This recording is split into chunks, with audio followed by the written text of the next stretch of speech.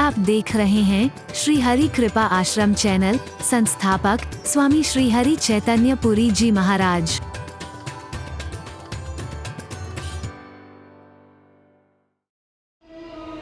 सूर्य वंश जैसा वंश मिला है मेरे को, आहा, जिसकी उपमा संसार में कोई नहीं है? हंस वंश दशरथ जनक, दशरथ जैसे परम धर्मात्मा मेरे पिता बने हैं। राम लखन से भाई, राम और लक्ष्मण जैसे भाई मिले मुझे। पर जननी तू जननी भाई, हरि बोल। पर मां तू ही बननी थी, तू मेरी मां बनी। क्या करूं, किसको दोष दूं? उस विधाता के सामने किसी का जोर नहीं चलता है। बस इतना ही कह सकता हूं, जब ते कुमति कुमत जी ठयऊ, खंड खंड हुए हृदय न गयऊ। जिरे तेरे हृदय में जब ये कुमति पैदा हुई थी, उसी समय तेरा हृदय फट क्यों नहीं गया था? टुकड़े टुकड़े क्यों नहीं हो गया था? वर मांगत मन भई न पीरा, वर मांगते हुए तेरे मन को दर्द नहीं हुआ, पीड़ा नहीं हुई। गरी न जी है, तेरी जीभ गल नहीं गई। मुंह परे न कीड़ा, तेरे मुंह में कीड़े नहीं पड़ गए। हरि बोलना, हरि बोल।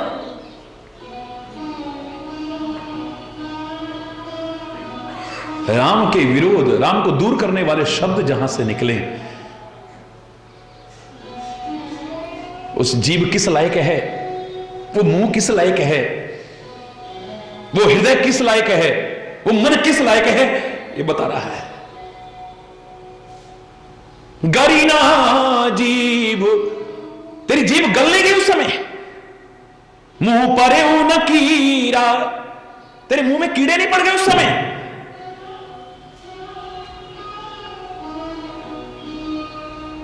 राजा ने तेरा विश्वास कैसे कर लिया? मुझे तो आश्चर्य हो रहा है।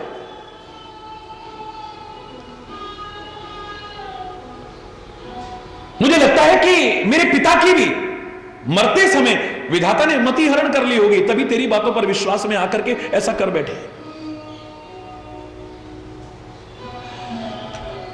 हरि बोल, हरि बोल। कितने सरल थे मेरे पिता, कितने सुशील थे मेरे पिता, कितने धर्म में रत रहने वाले मेरे पिता, वो तेरे को समझ नहीं पाए। अरे ऐसा संसार में कौन है जिसे रघुनाथ प्रिय ना हो, परमात्मा प्रिय ना हो? और जिसे परमात्मा प्रिय नहीं है, वो तो दुनिया में न होने के बराबर है, होते हुए भी। अगर ये कह दिया जाए तो अतिशयोक्ति नहीं है। परमात्मा प्रिय तो दूर, परमात्मा का नाम जिस मुख से ना निकले, हमारे महापुरुष कहा करते, वो जीवित भी मृतक तुल्य है। चाहे आस्तिक हो नास्तिक हो, जब शव यात्रा चलती है ना, सारे बोल रहे होंगे राम नाम सत्य है। हरि बोलना, हरि बोल। ये अलग बात है कि अपने लिए स्वीकार नहीं कर रहे हैं। जब तक वो साथ रहता है तब तक स्वीकार करते हैं, वो दूर हुआ तो फिर वही असत्य बातें आने लगती हैं, असत्य ही आचरण होने लगता है, असत्य ही कर्म होने लगते हैं। सत्य को, जो परम सत्य था, जो कहते थे राम नाम सत्य है, अब सत्य नहीं लग रहा है, अब तो दुनिया ही सत्य लग रही है। हरि बोलना, झूठ कपट ही अब सत्य लग रहा है।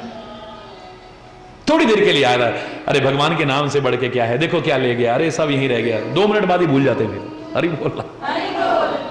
लेकिन मेरे कहने का भाव क्या है, जितने भी लोग साथ में चल रहे होते हैं, हर एक के मुंह से निकल जाएगा। अगर किसी के मुख से नहीं निकलता है तो जो 4 कंधों पर सवार होता, उसके मुख से राम नाम नहीं निकल रहा होता। किसी संत ने देखा कि सारे राम नाम ले रहे हैं, बड़े सरल स्वभाव के थे, उन्होंने कभी ऐसा देखा नहीं था। देखा राम नाम, लगता है कोई भक्तों की टोली जा रही है, वो भी राम नाम राम नाम राम नाम साथ में लेने लगे। अचानक एक व्यक्ति से पूछते हैं, भैया सारे राम नाम ले रहे हैं, ये ऊपर कौन है? ये 4 कंधों पर जो सवार है? बोले मृतक है, वो क्यों नहीं ले रहा है? बोले मरा हुआ कहां लेता है राम नाम? तो संत ने वही हृदय में धारण कर लिया, जो राम का नाम न ले सके वो मृतक तुल्य ही है। मरा हुआ आदमी नहीं ले सकता, जिंदा तो हर कोई ले सकता है। जिसके मुख से राम नाम ना निकले वो मृतक तुल्य है, मृतक है, वो जीवित भी। हरि बोल, हरि बोल।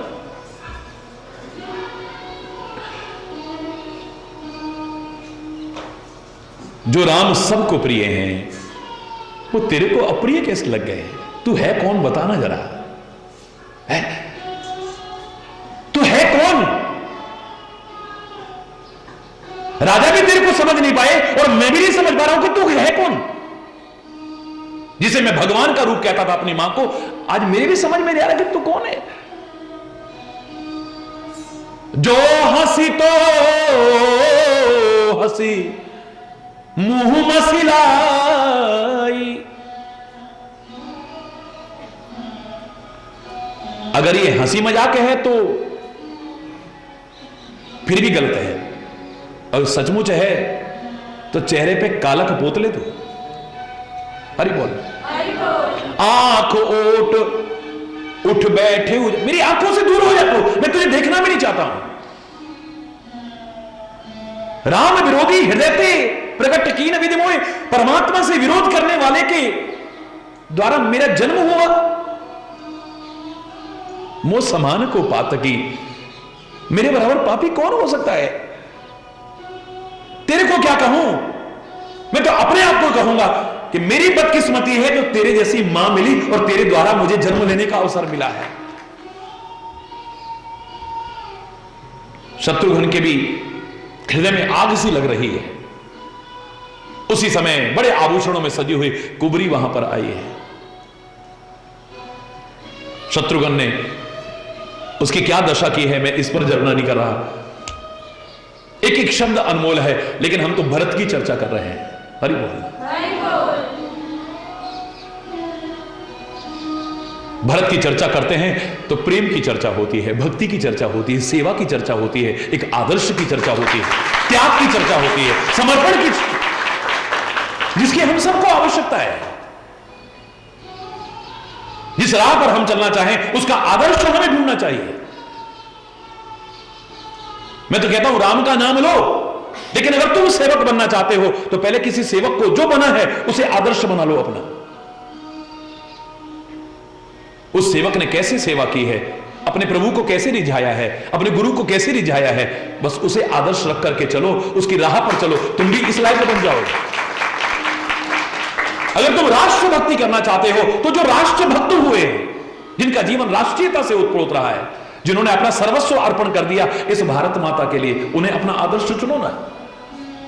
प्रेम के मार्ग पर चलना चाहते हो तो जो प्रेम के आदर्श रहे हैं इतिहास में या वर्तमान में, उन्हें अपना आदर्श चुनो ना। हरि बोलना।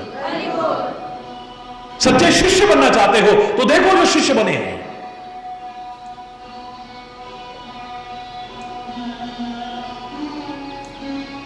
क्या समर्पण है। तुम्हें तो गुरु ने स्वीकार भी किया होगा अपना शिष्य, लेकिन वहां तो गुरु ने ठुकरा दिया है।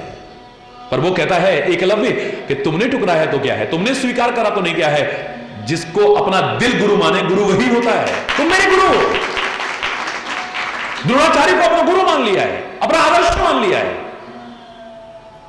और सामने वाला कैसा भी हो, अगर तुम्हारा विश्वास है तुम सब कुछ पा सकते हो। अगर तुम्हारी पक्की लगन है, पक्की निष्ठा है, तुम सब कुछ पा जाओगे। तुम्हारे तो सामने सदगुरु बैठे हो तब नहीं पा पाए, उसने तो एक मूर्ति बनाकर के उससे सब कुछ पा लिया है? अर्जुन के साथ गुरु द्रोणाचार्य जा रहे हैं, कुत्ता भौंकने लगा। अभी भौंकने की आवाज भी नहीं आई है, उससे पहले ही तीरों से मुंह भर गया है। कौन है ऐसा? मेरे अर्जुन के अलावा ऐसा कोई कर नहीं सकता है। देखा, अर्जुन तो साथ में है। भौंकने से पहले ही, आवाज आने से पहले ही मुंह बंद कर दिया है। हरि बोल। कौन है ऐसा धनुर्धर, इतना निपुण? तीर की दिशा में चले हैं तो क्या देखा है? एक झोपड़ी सी है, कुटिया में प्रवेश किया है तो अपनी मूर्ति देखी है। हरि बोलना। एक भील को देखा है। कौन हो तुम? गुरुदेव आप स्वयं कृपा करके हमारे चरणों में गिर पड़ा। बोले सब कुछ ठीक है, लेकिन मैं तेरा गुरु कैसे हो गया? मैं तो तेरा गुरु नहीं हूं। ये तीर तुमने चलाए थे? बोले हाँ मैंने चलाए थे। कहां सीखी तुमने धनुर्विद्या? बाकी बातें बाद में। बोले गुरुदेव आप बात कह रहे हैं, आप पूछ रहे हैं किससे सीखा है? आप ही तो विराजमान है। ये नहीं कहा कि आपकी मूर्ति विराजमान है। मूर्ति समझोगे तो कुछ फल नहीं मिलेगा, गुरु समझोगे तो सब कुछ मिल जाएगा। मूर्ति समझोगे तो कुछ नहीं मिलेगा, भगवान समझोगे तो सब कुछ मिल जाएगा। चित्र समझोगे तो कुछ नहीं मिलेगा, परमात्मा और सदगुरु समझोगे तो हरि बोलना।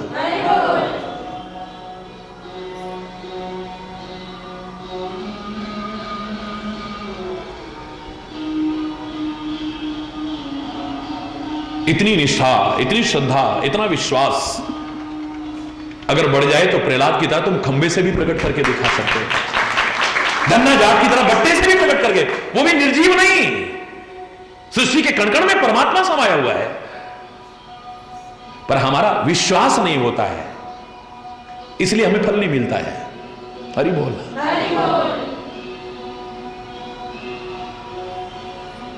याद करो मैंने क्या कहा था, किसी व्यक्ति ने बड़ी भावना से मेरे को पत्र लिखा, महाराज जी हमारे हृदय को एक बड़ी पीड़ा होती है जब कभी हम किसी के यहां आपके तस्वीर पर माला देखते हैं तो हमारा दिल रो पड़ता है। तस्वीर पर माला तो मृतक को पहनाई जाती है, आपकी फोटो पर क्यों लोग पहनाते हैं? हरि बोल। हम आपके दर्शन भी नहीं कर पाए, टेलीविजन पर सुनते हैं, बड़ी भक्ति है हमारे मन में, बड़ी श्रद्धा है आपके लिए, लेकिन टीवी पर भी कई बार ऐसा दिख जाता है।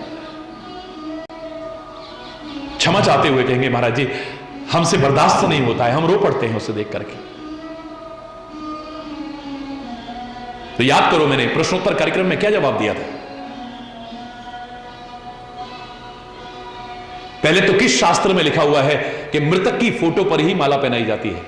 कहां लिखा हुआ है बताओ जरा। ये शास्त्र की मान्यता नहीं है, तुम्हारी व्यक्तिगत मान्यताएं हैं, तुमने बना ली है ऐसी मान्यता, क्योंकि तुम जीते जी अपने बुजुर्गों की कदर नहीं कर पाते हो, अपने मां बाप की कदर नहीं कर पाते हो, मरने के बाद बस एक फोटो पर माला पहना दी, अपनी श्रद्धा की इतिश्री समझ लेते हो। लेकिन अगर तुमने मान्यता ऐसी बना भी ली है, हरि बोलना, अगर तुमने ऐसी मान्यता बना भी ली है तो दूसरा मैं आपको जवाब यह देना चाहता हूं, अगर तुम उसे फोटो समझते हो तो अपनी मान्यता के अनुसार उस पर माला मत पहनाना। अगर आप भगवान की मूर्ति समझते हो, तस्वीर समझते हो तो माला मत पहनाना। अगर साक्षात उन्हीं का स्वरूप समझते हो तो एक शिष्य सदगुरु की फोटो नहीं मानता है, सच्चा शिष्य वो सदगुरु को हाजिर नाजिर समझता है। लोगों की निगाह में एक पुस्तक हो सकती है, लेकिन सिख भाइयों की निगाह में प्रकट गुना की दे वो गुरु ग्रंथ साहब साक्षात गुरु का शरीर है, साक्षात विग्रह है उनका, साक्षात। लोगों ने क्या नहीं पाया है? तुम्हारी निगाह में एक पुस्तक हो सकती है गीता, लेकिन गीता के जो प्रति श्रद्धा रखते हैं वो गीता माता कहते हैं उसे। तुम्हारी निगाह में किताब हो सकते हैं वेद, लेकिन जो वेदों के प्रति श्रद्धा रखते हैं वेद भगवान कहते हैं। हरि बोल। और जो ऐसी भावना रखता है उनको मिलता भी है, और जो खाली फोटो और तस्वीर और मूर्ति समझता है वो कुछ पा भी नहीं पाते हैं, जीवन भर कुछ करके भी नहीं पा पाते। जिस दिन तुम्हारे मन में आ गया कि साक्षात मेरे सदगुरु विराजमान है, साक्षात मेरे परमात्मा विराजमान है, एक तो गलत से बच जाओगे। कोई और देखे ना देखे लेकिन वो देख रहे हैं। हरि बोलना। तो जैसे उनके सामने आप गलत बोलने की सामर्थ्य नहीं कर सकते, पीछे से भी गलत नहीं बोलोगे। कुछ गलत करने की सामर्थ्य उनके सामने नहीं पड़ती है, गलत करने की सामर्थ्य पीछे से भी बोलो ना। हाजिर नाजिर समझोगे उन्हें, अंग संग समझोगे उन्हें। और मैं दावे से कह रहा हूं कि तुम्हें वो जवाब देंगे। एक मिट्टी की मूर्ति हो सकती है तुम्हारे लिए, लेकिन एकलव्य के लिए साक्षात सदगुरु हैं वो, उनके गुरु द्रोणाचार्य हैं। जब वो जवाब मांगता है कि तीर कैसे चलाया जाता है, उसे वहां से आवाज मिलती है कि ऐसे, तुम्हारी निगाह में चरण पादुका हो सकती है, एक लकड़ी की खड़ाऊ हो सकती है। लकड़ी की खड़ाऊ कभी बोलती है क्या? बोलो ना। लेकिन मेरे भरत ने राज्य सिंहासन पर, हरि बोल, खड़ाऊ नहीं समझा है, राम का साक्षात स्वरूप समझा है। जैसे राम नाम के दो अक्षर हैं, ऐसे ही दोनों खड़ाऊ वो राम का प्रतीक मानी है। वो ये नहीं सोचता है कि खड़ाऊ बैठी है वहां पर, वो राम विराजमान है, राज्य वही कर रहे हैं, मैं तो आज्ञा पालन कर रहा हूं। और तुलसी ने रामायण में क्या लिखा, जरा पढ़िए, शब्दों पर ध्यान देना। मांग मांग आयस करही, राज काज बहुभांति। वो राजकाज कैसे कर रहे हैं? राजा बनकर के नहीं कर रहे हैं, राजा तो मेरे राम ही हैं। वो सिंहासन पर विराजमान है, चरण पादुका नहीं, मांग मांग आयस करें, उनसे आज्ञा मांगते हैं, उनसे आज्ञा मांगते हैं, तब सारे राजकाज करते हैं। जब कोई निर्णय करने की बात नहीं आती है, समझ में नहीं आती है, तो सीधे जाते हैं सिंहासन पर, प्रार्थना करके बैठते हैं, हे राम, हे स्वामी, मुझे बताओ, मैं निर्णय नहीं ले पा रहा हूं, इसमें क्या निर्णय लेना चाहिए? उसे जवाब मिलता है। जो खड़ाऊ समझता है उसे नहीं, जो राम समझता है उसे जवाब मिलता है।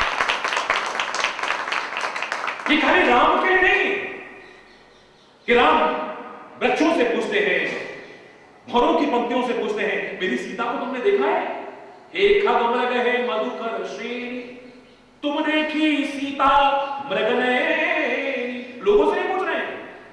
लोग कहते हैं ऐसा कैसे हो सकता है, क्या नदियां बोलती है? भीष्म पितामह और गंगा का प्रसंग भूल गए क्या? हरि बोल, हरि बोल, जोर से बोलो, हरि बोल। भीष्म पितामह के पिता का और गंगा का संबंध भूल गए क्या? यहां पर खाली राम से तात्पर्य नहीं, राम तो परमात्मा है, वो तो कुछ भी कर सकते हैं, कुछ भी कर सकते हैं, कुछ भी, सर्वशक्तिमान है वो, उनके लिए तो कोई संभव है ही नहीं। प्रश्न क्यों करते हो? हे खग मृग, हे पशुओं, हे पक्षियों, हे मधुकर श्रेणी, हे भौरों की पंक्तियों, तुम देखी सीता मृगनयनी, तुमने मेरी मृगनयनी सीता को देखा है? तो क्या वो जवाब देते थे? अरे राम को जवाब देना तो दूर, अगर तू भी ऐसी भावना रखे, तेरे को भी जवाब दे सकते हैं।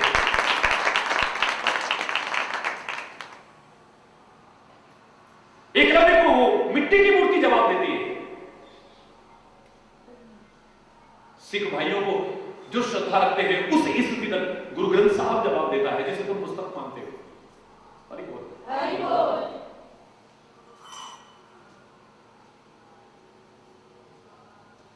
खड़ाऊ भरत को जवाब देती है। प्यार, विश्वास, श्रद्धा, भक्ति इस स्तर पर पहुंचे तो सही।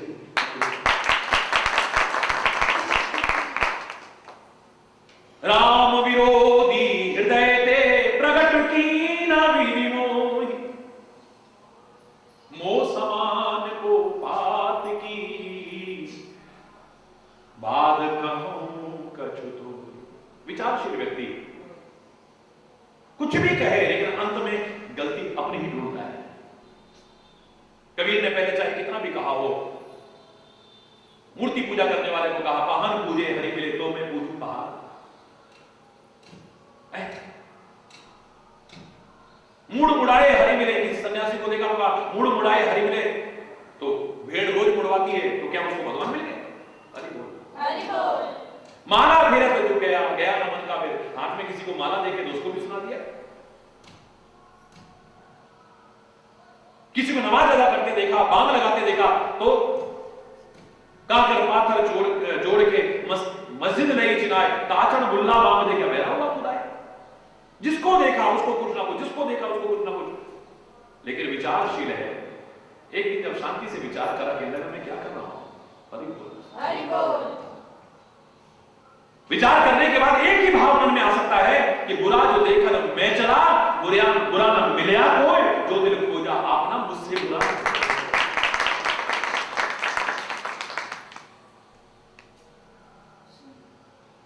विचारशील अपनी गलती खोजता है, मेरी गलती कहां पर हुई है मुझसे, वो औरों को दोष नहीं देता है। इतना सब होने के बाद भी आखिर में कहते हैं, मोह समान को पात की,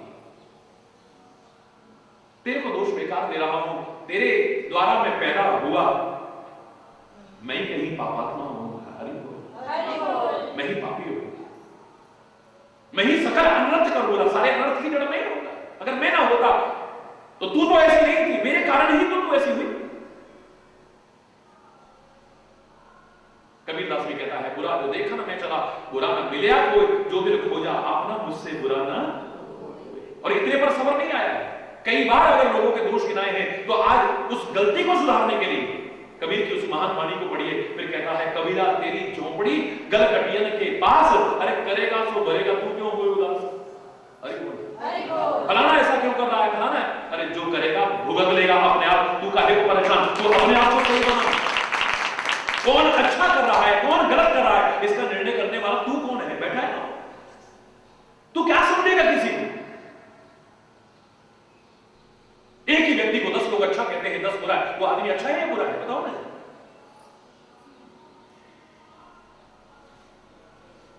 सारी दुनिया ने मिलकर के भगवान भी उतर आए इस धरा पर, उनका सम्मान नहीं करा, तो एक व्यक्ति का सारी दुनिया सम्मान कर देगी क्या। भगवान भी उतर आए, दावे से करा, सारी दुनिया सम्मान नहीं करेगी। कितने दुर्योधन होंगे, कितने शकुनी होंगे, कितने धृतराष्ट्र होंगे, कितने शिशुपाल जैसे गाली देने वाले होंगे, कितने राक्षस उनकी जान तक लेने वाले होंगे।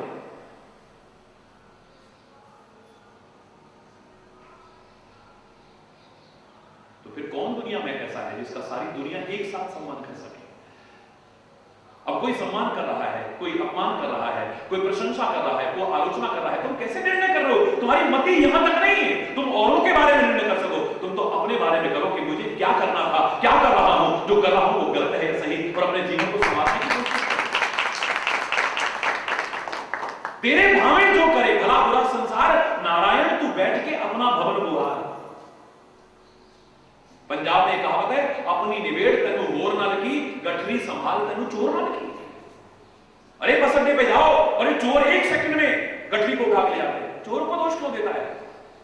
तेरी सावधानी हटती है तभी तो दुर्घटना घटती है। अरे बोल, तेरा ध्यान चुकता है तभी तो माल यारों का होता है। तू अपना ध्यान सही रखना, तू माल अपना संभाल करके रखना, किसी की हिम्मत हो जाएगी उठाने की। अपनी कमी कहीं तो खोज। जिस दिन तू अपनी कमी देखने लग गया और उनको दूर करने की कोशिश की, तेरा जीवन सब जोर से बोलो, जोर से बोलो,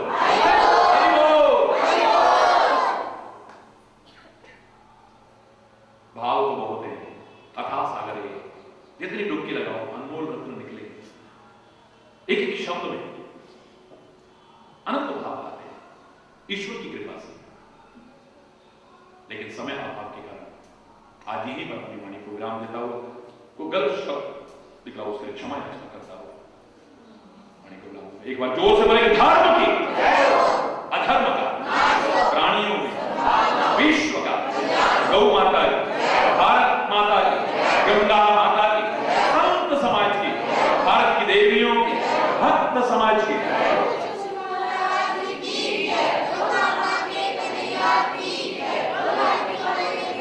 वृंदावन बिहारी लाल की जय।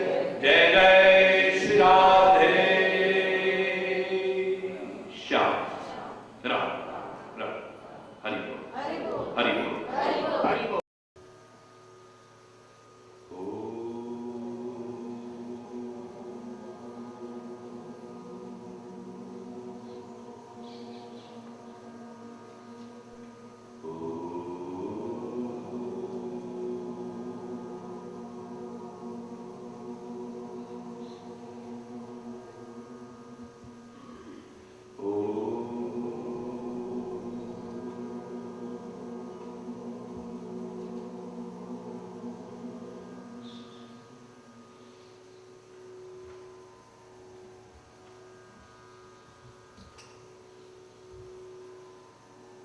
सर्वे भवन्तु सुखिनः, सर्वे सन्तु निरामयाः, सर्वे भद्राणि पश्यन्तु, मा कश्चित् दुःखभाग्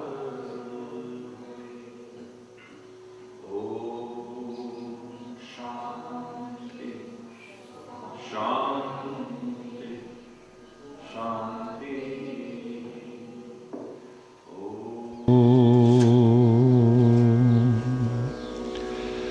त्वमेव माताश्च पिता त्वमेव, त्वमेव बन्धुश्च सखा त्वमेव,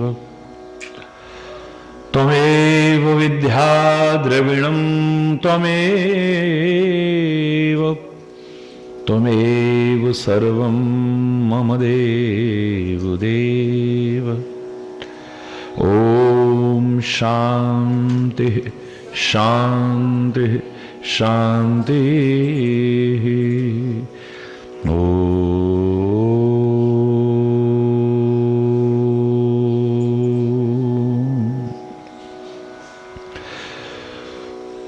चैतन्य शाश्वतं शान्तं व्योमातीतं निरञ्जनं नादबिन्दुकलातीतं तस्मै श्रीगुरवे नमः।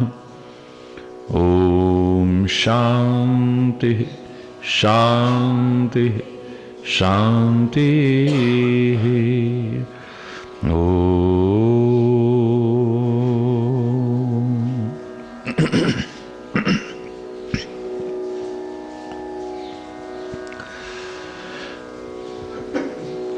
तेरी लीला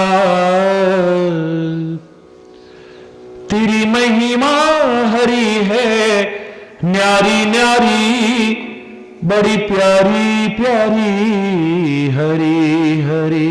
जय जय नारायण नारायण हरि हरि।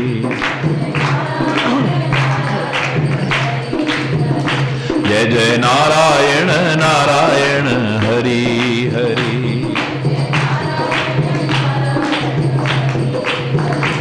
तेरी लीला तेरी महिमा हरी है, न्यारी न्यारी बड़ी प्यारी प्यारी हरि हरि। जय जय नारायण नारायण हरि हरि। जय जय नारायण नारायण हरि हरि।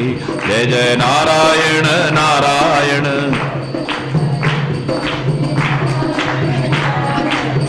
नारायण नारायण हरि हरि। जय जय नारायण नारायण हरि हरि। नारायण नारायण हरि हरि। नारायण नारायण हरि हरि। जय जय नारायण नारायण हरि हरि। जय जय नारायण नारायण हरि हरि। हम आए शरण तिहारी हरि। हम आए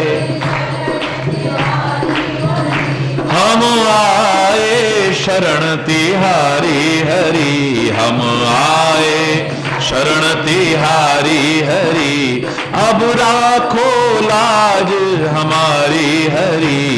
अब राखो लाज हमारी हरि हरि। जय जय हरि हरि। जय जय हरि हरि। जय जय हरि हरि। जय जय नारायण नारायण हरि हरि। जय जय नारायण जय जय नारायण नारायण हरि हरि।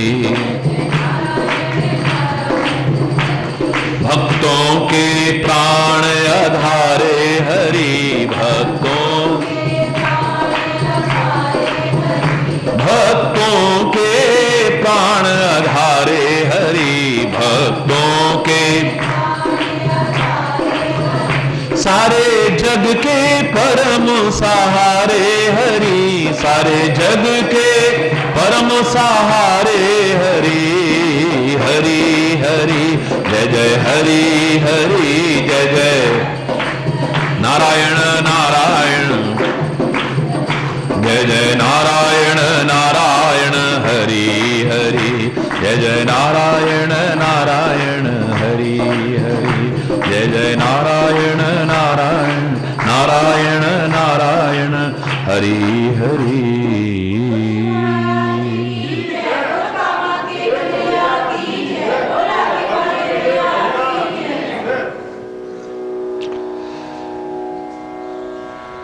हरि बोल, हरि बोल।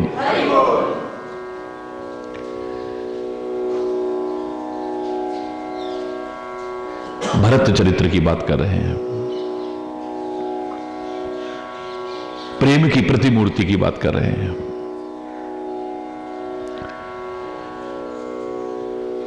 सेवा का जीवंत स्वरूप जो है उस भरत की बात कर रहे हैं। त्याग तपस्या का एक महान आदर्श उस भरत की बात कर रहे हैं।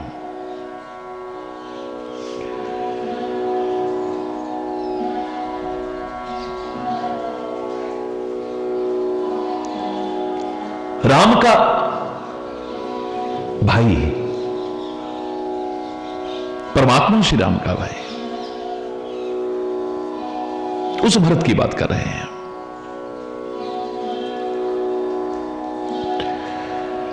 मैं मानता हूं कि सबके स्वभाव एक जैसे नहीं होते हैं, सबके विचार एक परिवार में भी एक जैसे नहीं होते हैं, सबके मत एक परिवार में भी एक जैसे नहीं होंगे। लोग कहा भी करते हैं हाथ की पांचों उंगलियां बराबर नहीं है। ये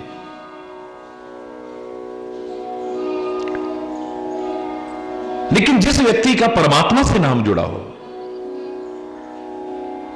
जिस व्यक्ति का धर्म से नाम जुड़ा हो, जिस व्यक्ति का संत महापुरुषों से, सद्गुरु से नाम जुड़ा हो, उसका जीवन तो आदर्श होना ही चाहिए। पता लगे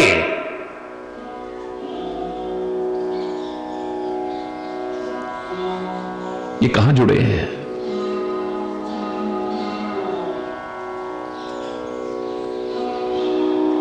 प्रहलाद का पिता हिरण्यकश्यप ऐसा हो सकता है, विभीषण का भाई रावण ऐसा हो सकता है, एक अलग विषय है।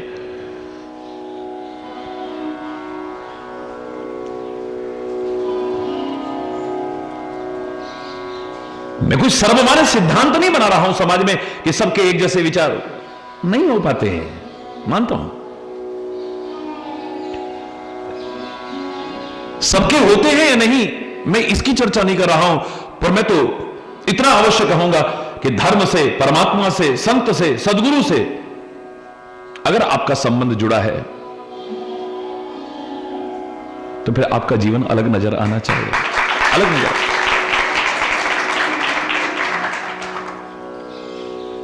देख के अंदाज आए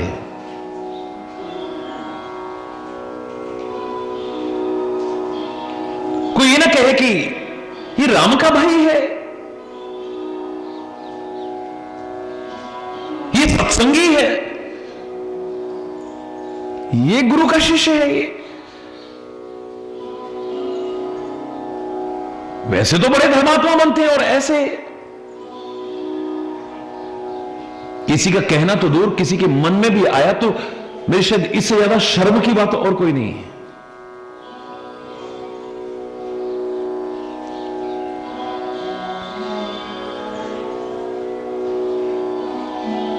दुनिया में कोई अगर आगे बढ़ने की कोशिश करे तो लोगों को खुशी नहीं होती है,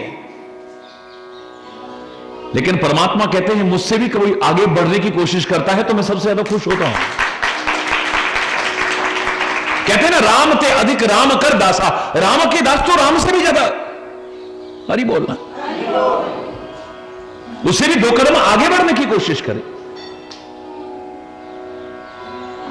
जब शिष्य गुरु से भी कहीं आगे बढ़ने की कोशिश करता है तो गुरु के हृदय में क्या प्रसन्नता होती है। शायद कोई और होगा तो ईर्ष्या करेगा, उसे बुरा लगेगा कि मुझसे भी आगे बढ़ रहा है, लेकिन गुरु तो उस पर सब कुछ न्यौछावर करने को तैयार हो जाए। शिष्य का जब यश फैलता है, शिष्य की जब प्रशंसा होती है, शिष्य का जब जीवन अच्छा बनता है, शिष्य का जीवन का जब उजाला चारों ओर फैलने लगता है, उसके ज्ञान का उजाला चारों ओर फैलता है, उसके जीवन के कर्मों की सुगंधी चारों ओर फैलने लगती है, मैं दावे से कह रहा हूं गुरु जितना प्रसन्न होगा इतना कोई और नहीं हो सकता है।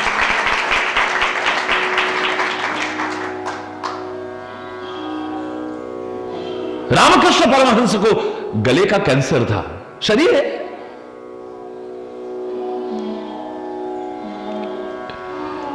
शरीर व्याधि का मंदिर है। ये नहीं कह सकते कि अब ये महापुरुष हैं और ये फलाने हैं और अरे इन्होंने को कर्म नहीं। तुम अपने कर्मों के कारण ऐसा करते हो, वो आपको सुख पहुंचाने के लिए ऐसा करते हैं। आपके कष्ट भी अपने ऊपर ले लेते हैं, आपके कष्ट तक अपने ऊपर ले लें। संत और महापुरुष तो ये कोई नई बात नहीं है, लेकिन तुम्हारे में और उनमें यही अंतर है कि तुम जरा से दुख से इतना विचलित हो जाते हो और वो बड़े बड़े दुखों को भी, चाहे आपको सुख पहुंचाने के लिए पाए हो, हंस करके निकाल जाते हैं। रामकृष्ण परमहंस की आंख में कभी अपने दर्द से आंसू नहीं आए हैं। कितनी पीड़ा होती होगी सोचो उस जमाने में। आज साधन है, उपचार आज तरह तरह के हैं, दवाइयां तरह तरह की हैं। मैं तो उस जमाने की बात कर रहा हूं। हरि बोलना, कितना कष्ट होता होगा, कल्पना ही सिहरन पैदा कर देती है। लेकिन एक बार अपने कष्ट के कारण आंख में आंसू नहीं आया। मेरी एक भावना है, नॉट ओनली इमेजिनेशन, कल्पना नहीं है खाली।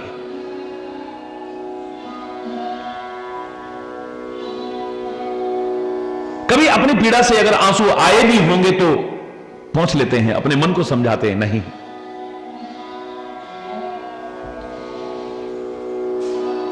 मैंने अपनी भावना में उस रामकृष्ण परमहंस को बुरी तरह से फपक कर रोते देखा है। आप कहेंगे शरीर से तो तब नहीं थे जब विवेकानंद अमेरिका में धूम मचा रहा था, शिकागो में धूम मचा रहा था, अपने गुरु का, अपनी संस्कृति का, अपने वतन का नाम रोशन कर रहा था। उस समय शरीर तो गुरु नहीं है, लेकिन मेरी भावना है कि गुरु और परमात्मा कभी हमसे दूर नहीं होते हैं। और इसी भाव को पुष्ट करते हुए मेरी वो भावना उजागर होती है कि किसी ने कान में आकर के कहा, उस रामकृष्ण परमहंस के कान में आकर के कहा, जो थोड़ी देर पहले ही पीड़ा के कारण आंख में आंसू आने लगे थे लेकिन अंदर ही पी जाता है, हटा देता है उन्हें। नहीं नहीं नहीं नहीं, कान में आके कहा कि जो तुम्हारा शिष्य है ना विवेकानंद, उसने तो धूम मचा दी है, भारत के नाम का डंका बजा दिया है, झंडा गाड़ दिया है वहां पर। आंखों से आंसू बहने लगते हैं, फपक फपक करके रोने लगते हैं। शिष्य जब और आगे बढ़ता है तो गुरु के हृदय में क्या प्रसन्नता, दुख की नहीं, ये खुशी के आंसू हैं, छलक पड़े हैं, रो।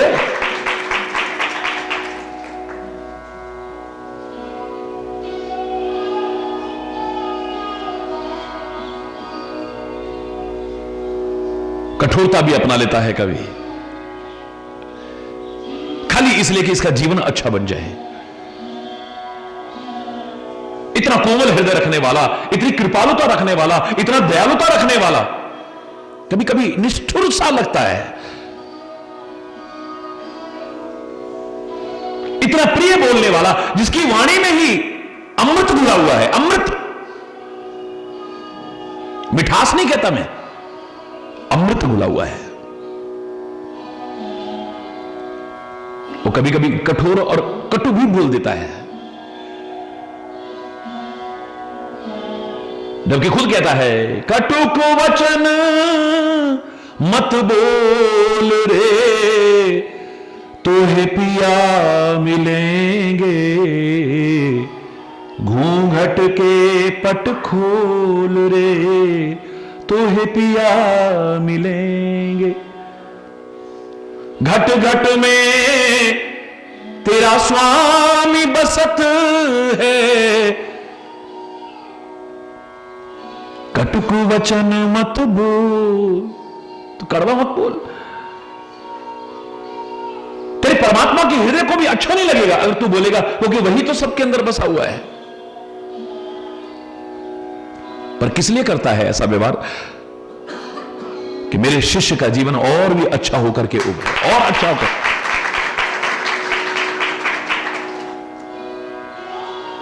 और यूं भी कहा था ना, सचिव वैद गुरु तीन जो प्रिय बोले ही भय आस राज धर्म तन तीन कर होए बेग ही नाश। ऐसा नहीं कि प्रिय नहीं बोलना चाहिए। दुनिया को उपदेश देने वाले गुरु के लिए कहा जा सकता है कि प्रिय ना बोले, लेकिन किसी भय या लालच के कारण प्रिय ना बोले। मैंने कहा था प्रिय बोलो लेकिन सत्य बोलो, और मैं उसमें एक शब्द और जोड़ा करता हूं, सत्यम ब्रूयात प्रियम ब्रूयात, लेकिन एक शब्द और जोड़ता हूं कि प्रिय बोलो, मधुर प्रिय बोलो, लेकिन हितकारी बोलो, जिसमें हित होता हो वो बोलने की कोशिश करो, जिसमें किसी का अहित हो। ऐसा मीठा भी मत बोलो किसी का नुकसान हो जाए, ऐसा भी नहीं। और उससे बड़ा हमारा हितैषी कौन हो सकता है? इसलिए कहा था तीन लोग अपवाद स्वरूप अगर भय या लालच के कारण प्रिय बोलेंगे तो अनर्थ हो जाएगा, अनर्थ। हर एक को प्रिय बोलने का संदेश जो देते हैं वही कह रहे हैं कि एक्सेप्शन है ये, अपवाद है ये। सचिव वैद गुरु तीन जो मंत्री अगर प्रिय बोलेगा किसी डर या लालच के कारण तो राज्य का नाश हो जाएगा, नहीं बचेगा राज्य। ठकुर सुहाती अगर करने लगा तो, अगर मैंने वास्तविकता बता दी कि क्या चल रही है राज्य व्यवस्था में, क्या खामियां हैं, तो राजा नाराज हो जाएगा, मुझे दंड दे देगा डर के कारण। या अगर मैं प्रशंसा करूंगा तो मुझे कुछ मिल जाएगा, इस लालच के कारण अगर प्रिय बोलता है राज्य नहीं बचेगा। मंत्री का तात्पर्य था मंत्रणा दे जो, सलाह दे जो ठीक। अयोध्या के सौभाग्य उसे सुमंत्र मिला है, यानी अच्छा मंत्र देने वाला, अच्छी सलाह देने वाला मिला है।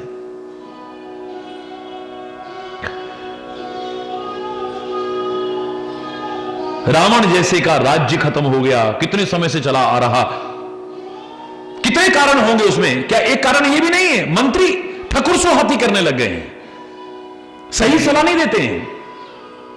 पता लगा कि समुद्र के पार सेना आ गई है, सिंधु पार सेना सब आई, क्या करूं मंत्रियों बताओ ना। ते सब हंसे, मस्त कर रहे हो, हंसने लगे सारे के सारे और मजाक उड़ाने लगे सारे मंत्री। जिते हूं सुरासुर तब श्रम नाही, नर बानर के ही लेखे माई। क्या आप बात करते हैं महाराज, आपने देवताओं को जीत लिया, आपने राक्षसों को जीत लिया, तब आपको इतनी सी मेहनत नहीं हुई, ये बंदर और मनुष्य किस गिनती में? हरि बोलना। अरे महाराज हमारा तो राशन बचेगा, जहां हमारा राशन इकट्ठा करके रखा हुआ है वहां ताला लगा दो। राक्षसों के खाने के लिए भगवान ने खुद व्यवस्था कर दी है, इन बंदरों और मनुष्यों को तो हम खा जाएंगे, हमारा आहार है ये। कोई उठ करके ये कहने वाला नहीं हुआ अरे ओ मंत्री हो, बातें तो बड़ी मार रहे हो। असंख्य सेना आई है, असंख्य सेना जिसकी गिनती नहीं कर सकते हैं। 18 पद्म तो सेनापति दे, सेना कितनी होगी? 18 पद्म, सेना कितनी बड़ी होगी? एक बंदर आया, अक्षय कुमार को मार गया, बड़े बड़े योद्धा राक्षसों को मार गया, लंका में आग लगा गया, उसको तुम नहीं खा सके, इतनी सेना को खाओगे तुम? तब तुम्हारी भूख कहां चली गई थी? क्या पेट खराब था तुम्हारा? कोई उठ करके खड़ा होकर के ये कहने वाला नहीं था कि एक बंदर आया, इतनी तबाही मचा गया, उसको तुम नहीं खा पाए, तो असंख्य वानरों को कैसे तुम? क्या बात कर रहे हो? नहीं महाराज, नहीं महाराज, नहीं महाराज, महाराज महाराज करते करते करते राज्य का नाश करा दिया है। हरि बोल। मंत्री अगर राज्य व्यवस्था की कमियों को उजागर न करे, वास्तविकता से अवगत न कराए राजा को, राज्य कब नष्ट हो जाएगा पता ही नहीं चलेगा। पुराने जमाने में इसलिए राजा वेश बदल करके घूमा करते थे, देखते थे कोई व्यक्ति पीड़ित तो नहीं है, व्यर्थ के करों का भार तो नहीं डाला जा रहा है इन पर। आज बार बार सत्ताएं क्यों बदलती हैं? क्योंकि अपने शासन और प्रशासन की उपलब्धियां गिनाते हैं, कमियां कहां हैं इसको कोई उजागर ही नहीं करता है। हरि बोलना। सचिव वैद गुरु तीन जो, वैद्य अगर किसी किसी डर या लालच के कारण प्रिय बोलने लगा, शरीर का नाश हो जाएगा।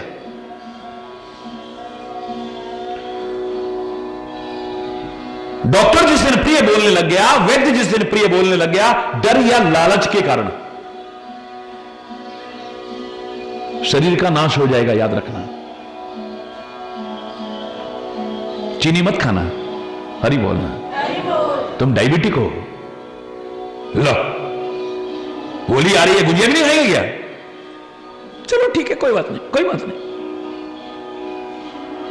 या तो वो ऐसा था कि उससे डर गए, अरे डॉक्टर साहब मेरे घर वालों के सामने मत कहना कि बिल्कुल मत खाने दो, ये पकड़ो ना आप, कहीं वो ना लालच अपने रखे जेब में, अरे बोलना। नहीं नहीं ऐसा कुछ नहीं है, कुछ नहीं, थोड़ा तो ले सकते हैं, ऐसा कुछ नहीं। क्या होगा बोलो, बोलो ना, शरीर का नाश हो जाएगा। मंत्री अगर प्रिय बोलेगा डर या लालच के कारण, तो राज्य सत्ता कब पलट जाएगी पता भी नहीं चलेगा। डॉक्टर अगर प्रिय बोलने लगा डर या लालच के कारण, तो शरीर का नाश हो जाएगा, याद रखना। और जिस दिन गुरु किसी डर या लालच के कारण प्रिय बोलने लगा, प्रिय बोलना चाहिए लेकिन डर या लालच के कारण प्रिय बोलेगा, हमारे धर्म का नाश हो जाएगा। यार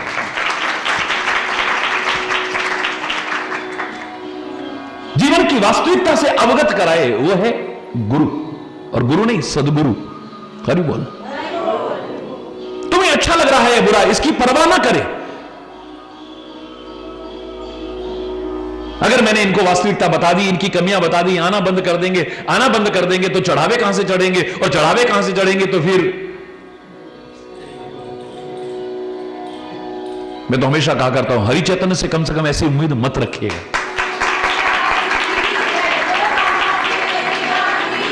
मैं इसकी परवाह नहीं करता कि आपको कैसा लगता है, मैं इसकी परवाह करता हूं कि आपका भला किस में है, आपकी भलाई किस में है, यह देखना मेरा काम है।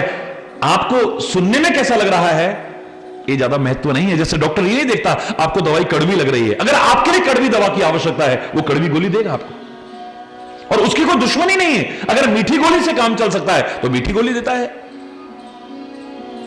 कोई सिद्धांत नहीं है कि इसको मीठी देनी है, इसको कड़वी, जिसको जिसकी आवश्यकता होगी वो देने की कोशिश करेगा।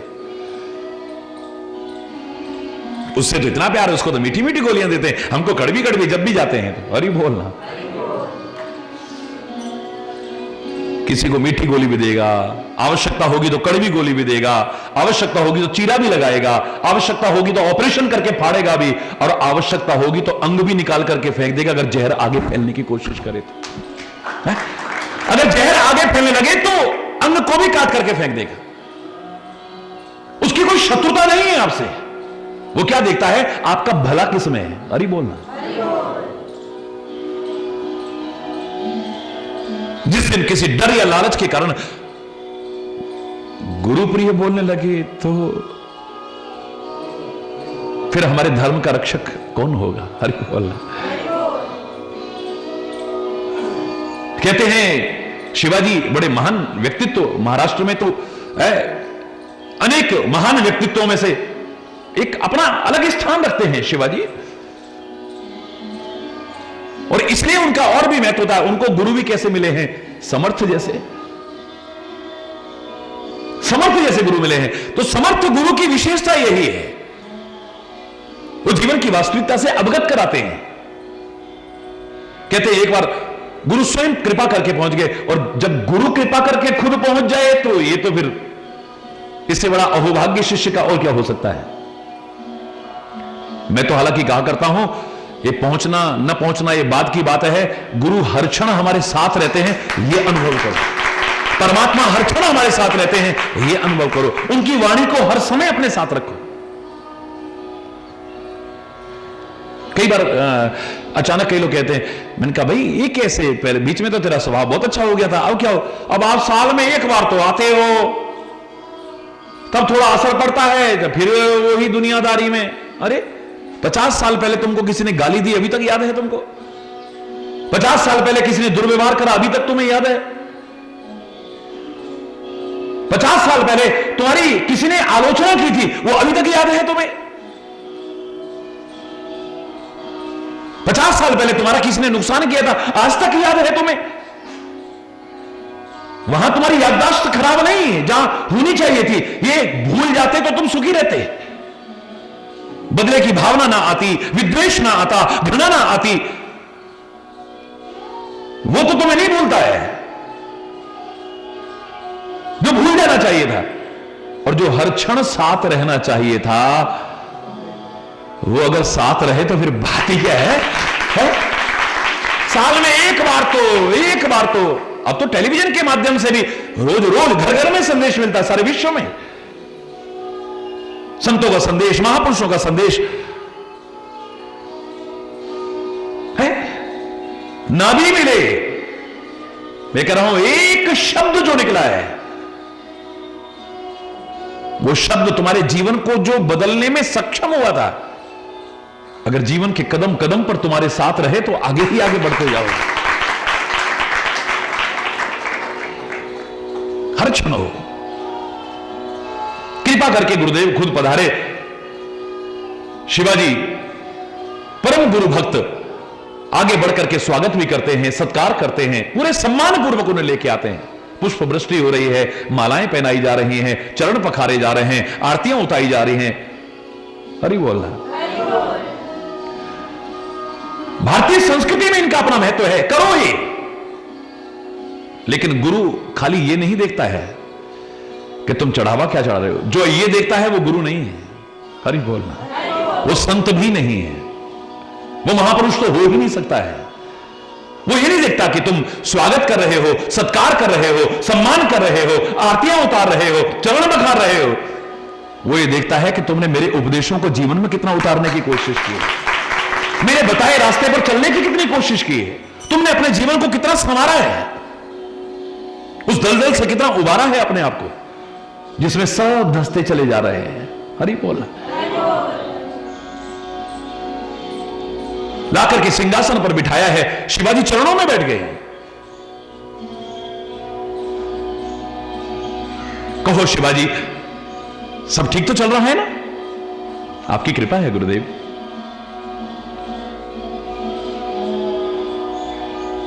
और कुछ? अरे आपका शिष्य हूं। अब थोड़ा बदल गया, आपका शिष्य हूं गुरुदेव। जगह जगह किले बनवा रहा हूं, महल बनवा रहा हूं, पता नहीं कितने परिवारों में चूल्हा जल रहा है, कितने लोगों को रोजगार मिल रहा है, अन्न मिल रहा है उन्हें। गुरुदेव ने देखा थोड़ा सा अहंकार आ गया। हरि बोल। अभिमान आ गया है थोड़ा, ये तो गड़बड़ हो जाएगा।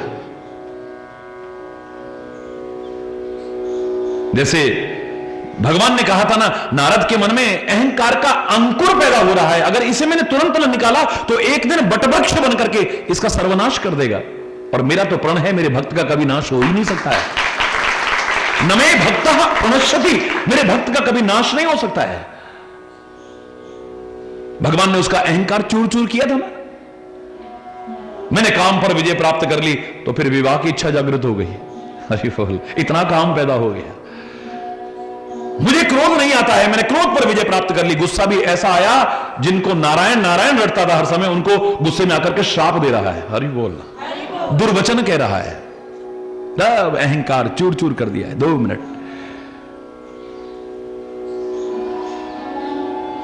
लेकिन उसकी हित के लिए, क्योंकि नारद ने मांगा अवश्य था।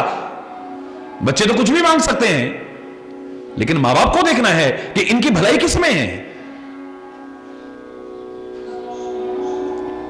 शिष्य तो कुछ भी मांग सकता है, गुरु का कर्तव्य बनता है इसकी भलाई किसमें है। भक्त तो कुछ भी भगवान से मांग सकता है, और भगवान क्या नहीं दे सकते हैं, लेकिन भगवान ये देखते हैं कि मेरे भक्त की भलाई किसमें है।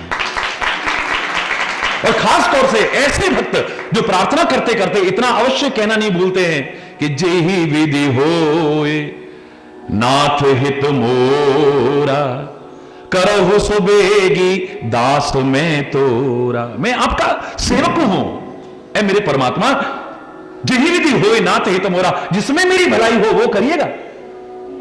मैं कह रहा हूं अपना रूप मुझे दे दो, जिससे कि वो विश्व विमोही मेरे साथ विवाह कर ले। मैं उससे विवाह करना चाहता हूं। लेकिन ये कहना नहीं भूलते हैं, जेहि विधि होए नाथ हित मोरा, करहु सुबेगी, जल्दी करो, दास में तोरा, मैं आपका दास हूं, लेकिन जिसमें मेरी भलाई हो वही करिएगा।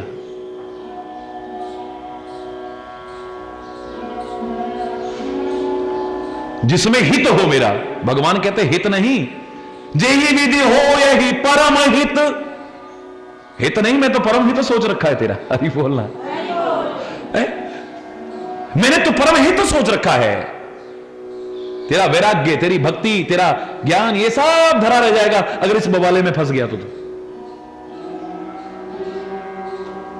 फिर कहीं आकर के कहेगा प्रभु मुझे उबारो, प्रभु मुझे उबारो, प्रभु मुझे उबारो। इसलिए मैं पहले ही तेरी रक्षा करने की कोशिश कर रहा हूं। हित नहीं, जेहि विधि हो यही परम हित, नारद सुनहु तुम्हार सोई, वही करूंगा मैं। शिवाजी ने देखा कि आज तो हल्का सा अंकुर है, अगर ये बट वृक्ष बन गया तो इसको उखाड़ना है। हरि बोलना, जोर से बोलना, इसको निकाल करके फेंकना है मुझे। शिवाजी कहते हैं हां हां, बड़ी अच्छी बात है, तुम ना होते तो कितनों के घरे चूल्हे न जल पाते, कितने लोग भूखे मर जाते, कितनों को तुमने रोजगार दे रखा है, कितनों ने, बोलने का टोन ऐसा था, समझदार को इशारा काफी होता है। हरि बोलना, ना समझ को थप्पड़ भी कुछ नहीं है, और समझदार को इशारा भी काफी होता है। फिर गुरुदेव कहते हैं हे शिवाजी, दुनिया के लिए इतना कर रहे हो, क्या अपने गुरु के लिए कुछ कर सकते हो? अरे प्रभु क्या बात कर रहे हैं आप एक इशारा तो करके देखें, अपनी गर्दन काट करके आपके चरणों में चढ़ा दूं मैं। और सचमुच ऐसे थे, शिवाजी जैसा शिष्य बेशक बहुत ही विरले होते हैं।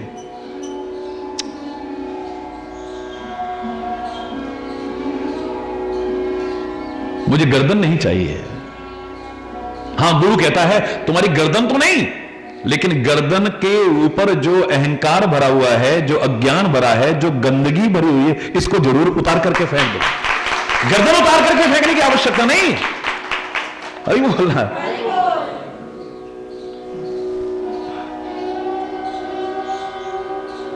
शिवाजी भी कहते हैं कि इतने महान, इतने परम भक्त, इतने परम शिष्य, शिवाजी की प्रशंसा तो मैं किन शब्दों में करूं, लेकिन एक उदाहरण है, ये बड़ा प्यारा उदाहरण है हमारे लिए। एक जरा सा ऐसा अहंकार का पुट आया है। गुरुदेव कहते हैं मुझे और कुछ नहीं चाहिए, बस 4 ये मजदूर बुला दो बस।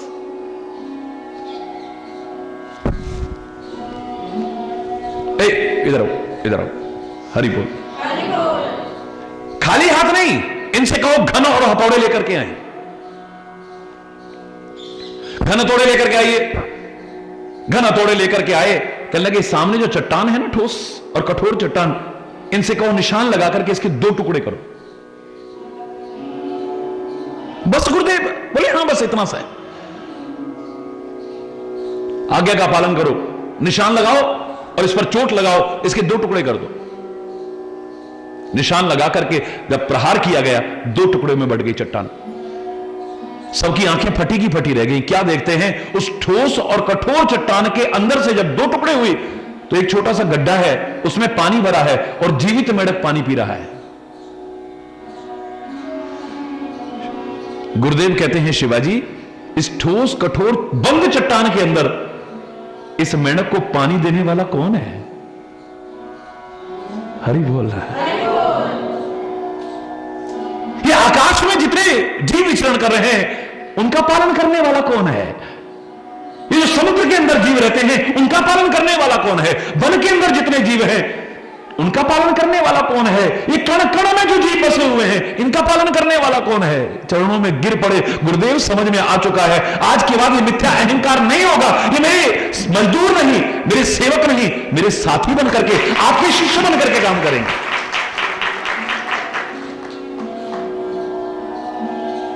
गुरु ही अगर शिष्य के जीवन की वास्तविकता नहीं बताएगा तो जीवन कहां संवर पाएगा फिर? है बड़ा बुरा लगता है। गुरुदेव कहते हैं किसी की कमी नहीं देखनी चाहिए, और गुरुदेव को हमारी कमियां ही नजर आती रहती हैं। उनकी दुश्मनी है, क्यों देखते हैं वो?